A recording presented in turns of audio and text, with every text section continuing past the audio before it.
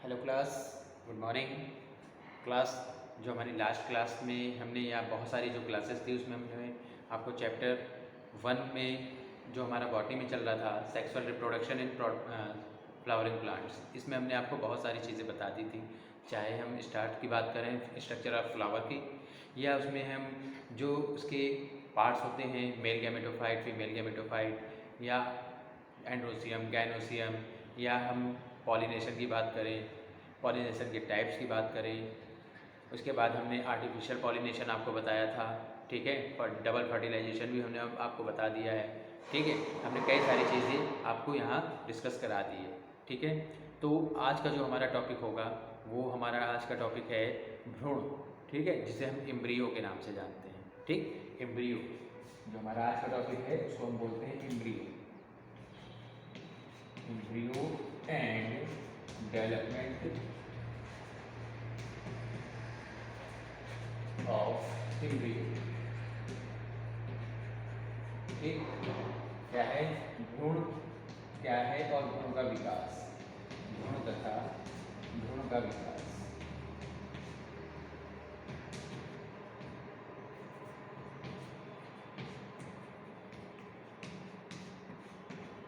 ठीक, अब भ्रूण क्या है हमने आपको बताया है, ठीक है। भ्रूण को जानने से पहले आपको निषेचन के बारे में मालूम होना चाहिए, जो कि हम आपको बता चुके हैं। निषेचन क्या होता है? जब नर और मादा युग्मक आपस में संलयन करते हैं तो द्विगुणित जाइगोट का निर्माण होता है, और जैसे ही द्विगुणित जाइगोट बनता है उसके बाद क्या है? भ्रूण बनता है, ठीक है, एम्ब्रियो बनता है, ठीक। एम्ब्रियो फॉर्म होने के बाद ही कोई न्यू ऑर्गेनिज्म जन्म लेता है, ठीक है। तो ये हमारा क्या है? भ्रूण। भ्रूण होता है क्या है? मैंने आपको बताया कि इसमें क्या होता है, जब जाइगोट का निर्माण होता है, मीन्स 2n, है ना। जैसे कि हमने आपको पहले ही बताया है कि n + n = 2n। ये जो हमारा होता है गैमेट होते हैं दो, जो कि मेल एंड फीमेल गैमेट है। जब आपस में फ्यूज होते हैं तो 2n जाइगोट या युग्म नज को फॉर्म करते हैं, और इसी के बाद क्या होता है? भ्रूण का विकास होता है या भ्रूण का निर्माण होता है, ठीक। ये अगर हम पौधे की बात करें, क्योंकि हम पौधों में ही हैं, ठीक, तो ये क्या है? जो एक बीजपत्री और द्विबीजपत्री होते हैं उसमें स्टार्ट जो होता है उसमें क्या होते हैं? जो भ्रूण होते हैं वो समान होते हैं, लेकिन जैसे जैसे स्टेज आगे बढ़ती जाती है वैसे वैसे इनमें अंतर आता जाता है, ठीक। मतलब अगर हम स्टार्टिंग की बात करें कि भ्रूण कैसा होता है, तो चाहे एक बीजपत्री पौधे हों, कोई भी प्लांट हो, चाहे द्विबीजपत्री कोई भी प्लांट हो, दोनों में जो एम्ब्रियो होता है वो सेम होता है, लेकिन जैसे जैसे स्टेजेस अवस्थाएं बढ़ती जाती हैं वैसे वैसे भ्रूण में अंतर आता जाता है, और अंत में क्या है? बहुत ज़्यादा इसमें अंतर आ जाता है, मतलब एकदम अलग अलग दिखाई देते हैं। तो ये हमारा क्या होता है? भ्रूण, और किस तरीके से इसका डेवलपमेंट होता है, ठीक। इसमें इसके बाद इसमें कुछ डिफाइन, जैसे हमें भ्रूण कोश क्या होता है, ठीक। क्या है भ्रूण कोश? जिसे हम एंडोस्पर्म कहते हैं, एंडोस्पर्म, ठीक। ये क्या है? एक तरीके से हम ये कहें कि जो हमारा भ्रूण होता है, एम्ब्रियो होता है, उसको ये क्या है? न्यूट्रिएंट्स प्रदान करता है, भोजन प्रदान करता है, ठीक है। भ्रूण बीज का मुख्य, भ्रूण कोश जो होता है बीज का मुख्य पार्ट होता है, या हम कहें जैसे कि हमने कहा मुख्य भोज्य पदार्थ होता है, ठीक है, मेन न्यूट्रिएंट्स होता है, क्योंकि इसी के माध्यम से जो पोषण है, ठीक है, वो भ्रूण प्राप्त करता है, ठीक है। अगर ये भ्रूणपोष नहीं होगा तो भ्रूणपोष जो है, जो भ्रूण है, एम्ब्रियो है, वो अपना पोषण नहीं प्राप्त कर सकता है, ठीक। और ये जो क्रिया होती है, क्योंकि एंडोस्पर्म का निर्माण कैसे होता है? जब निषेचन हो जाता है, उसके बाद जब डबल फर्टिलाइजेशन होता है तो निषेचन की क्रिया होती है, उसके बाद ही भ्रूणपोष एक भोज्य पदार्थ के रूप में संचित हो जाता है, या हम ये कहें कि भोज्य पदार्थ का निर्माण करता है, जो कि एम्ब्रियो प्राप्त करता है, ठीक। और इसमें क्या है? त्रिगुणित, ये क्या होता है? त्रिगुणित होता है। इसमें संचित भोज्य पदार्थ भ्रूण के विकास के लिए बहुत ही आवश्यक होता है। जो भी इसमें भोज्य पदार्थ होता है, ठीक है, वो जैसे जैसे भ्रूण वृद्धि करता जाता है, जैसे जैसे ग्रो करता जाता है, वैसे वैसे ये बहुत ही आवश्यक होता जाता है। अगर भ्रूण कोश ना हो, एंडोस्पर्म ना हो, तो एंडोस्पर्म के ना होने की स्थिति में क्या होगा? जो एम्ब्रियो है उसको न्यूट्रिएंट्स नहीं मिलेगा, भोज्य पदार्थ नहीं मिलेगा, जिसके कारण वो क्या होगा? समय से पहले ही समाप्त हो जाएगा, मतलब उससे एक नए ऑर्गेनिज्म का निर्माण नहीं हो पाएगा, ठीक। अब भ्रूणपोष के हम प्रकार की बात करते हैं, टाइप्स ऑफ एंडोस्पर्म।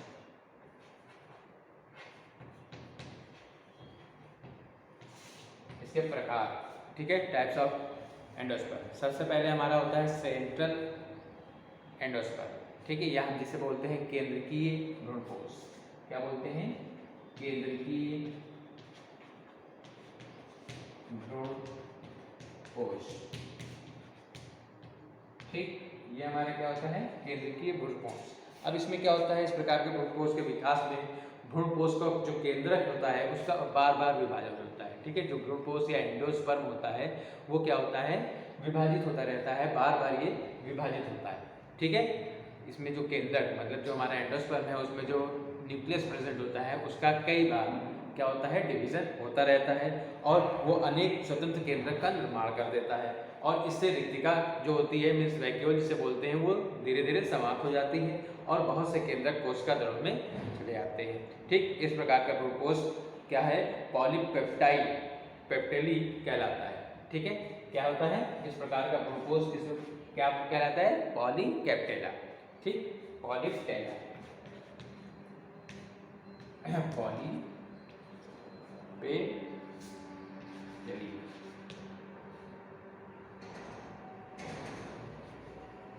ठीक, पॉलीपेप्टेली कहलाता है। ठीक, जैसे अगर एग्जाम्पल की बात करें तो कैप्सेला इसका मुख्य एग्जाम्पल होगा। ठीक है, नेक्स्ट हमारा है जो सेलुलर एंडोस्पर्म होता है या क्या बोलते हैं इसको हम? कोशिकीय भ्रूणपोष। कोशिकीय भ्रूणपोष। ठीक, जिसे हम क्या बोलते हैं? Cellular endosperm. सेलुलर एंडोस्पर्म क्या होता है? इसमें इसके निर्माण में केंद्रक के प्रत्येक विभाजन के बाद कोशिका भित्ति का निर्माण होता है। ठीक है, जैसे जैसे मतलब केंद्रक विभाजित होगा वैसे वैसे उसमें जो चारों ओर की एक लेयर होती है जिसे हम सेल वॉल के नाम से जानते हैं उसका निर्माण धीरे धीरे होने लगता है और इस प्रकार का भ्रूणपोष प्राय गैमेटोपेटेली कहलाता है। ठीक है, गैमोपेटेली कहलाता है। ठीक, इस प्रकार के भ्रूणपोष को हम क्या बोलते हैं? गैमोपेटेली।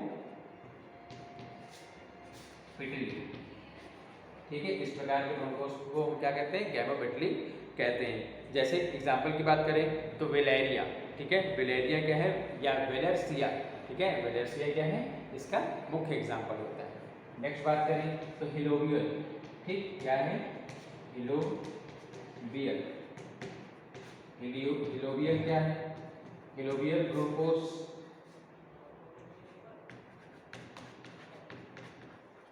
ठीक, अब हिलोबियल भ्रूणपोष है उसमें क्या होता है? यह दोनों भ्रूणपोष के बीच की अवस्था है, मतलब केंद्रकीय और कोशिकीय दोनों के बीच की अवस्था होती है। इसमें क्या होता है? भ्रूणकोष केंद्रक के प्रथम विभाजन के बाद क्या होता है? सेल वॉल का निर्माण होने लगता है। जब भ्रूणकोष का विभाजन हो रहा होता है या हम कहें फर्स्ट डिवीजन जब हो रहा होता है तब क्या होता है? यहाँ पर सेल वॉल धीरे धीरे डेवलप होने लगती है और बाद में इन दोनों भागों में केंद्रक का विभाजन होता रहता है। ठीक, और इसमें क्या होता है? और इसमें भित्ति का निर्माण फिर नहीं होता है, जैसे एरीमुरस। ठीक, क्या है? एरीमुरस। इसका ये हम कहें कि इसको एरीमुरस के नाम से भी जानते हैं या एरीमुरस का मुख्य एग्जाम्पल होता है। ठीक है, तो ये हमने बताया आपको भ्रूणपोष। भ्रूणपोष के कितने टाइप्स होते हैं? मुख्य 3 टाइप होते हैं जिसे हम केंद्रकीय और कोशिकीय और तीसरा हिलोबियल भ्रूणपोष के नाम से जानते हैं। ठीक है, अब हम बात करते हैं भ्रूणकोष की। ठीक है, भ्रूणकोष हो गया, अब भ्रूणकोष की बात करते हैं। भ्रूणकोष होता क्या है?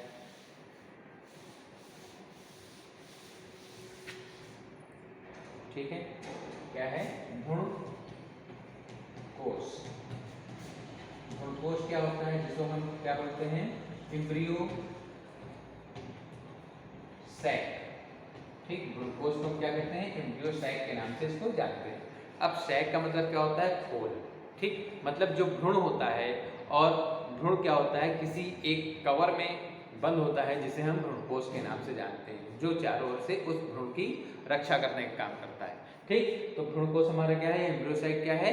चारों ओर एक लेयर प्रेजेंट होती है जिसे हम भ्रूणकोष के नाम से जानते हैं, जिसे एम्ब्रियो सैक कहते हैं।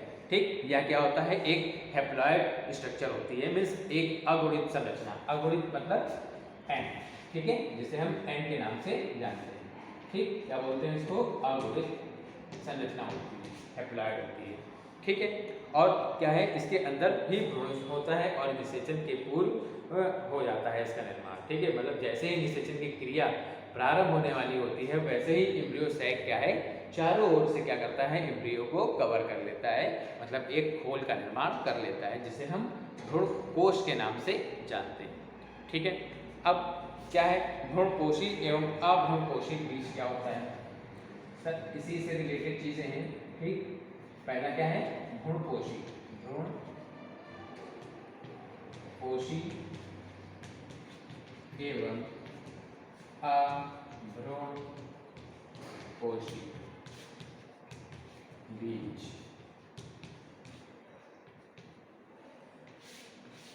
ठीक, भ्रूणपोषी और अभ्रूणपोषी बीज क्या होता है, क्या है, भ्रूणपोष में कुछ पौधों जैसे गेहूं हो गया, अरंडी हो गया, मक्का, इन सब में क्या होता है, बीजों के अंकुरण के समय तक पाया जाता है। ठीक, मतलब क्या है, इसमें जो अरंडी हो गया, गेहूं हो गया, मक्का हो गया, इसमें क्या होता है, भ्रूणपोष जब तक वो क्या होता है, जब अंकुरण होता है तभी समय तक पाया जाता है, और इसके बाद वो क्या करता है, भोजन किसमें, भ्रूणपोष में संचित हो जाता है, और इसमें बीज पत्र जो होते हैं वो पतले होते हैं। इस प्रकार के जो बीज होते हैं उसे हम भ्रूणपोषी बीज के नाम से जानते हैं। ठीक है, कौन सा बीज है, भ्रूणपोषी बीज, या हम जिसे कहते हैं एंडोस्पर्मी सीड।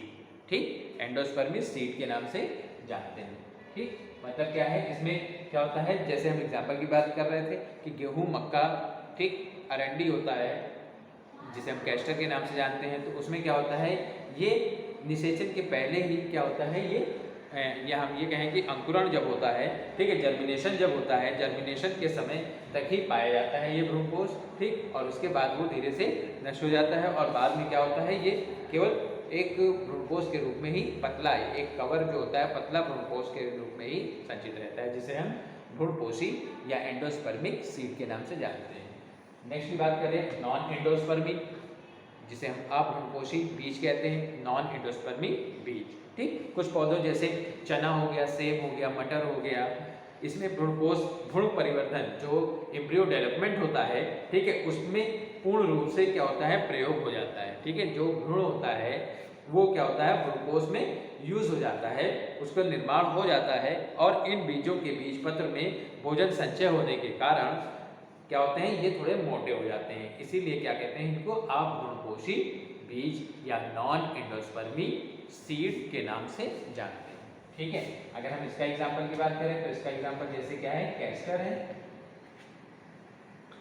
और बीट है और मक्का जिसे हम मेज के नाम से जानते हैं। ठीक, अब अभ्रूणपोषी का हम कहें तो क्या है, जैसे हमारा पी हो गया, सेम हो गया, ठीक, और सेम जिसे हम बीन के नाम से जानते हैं।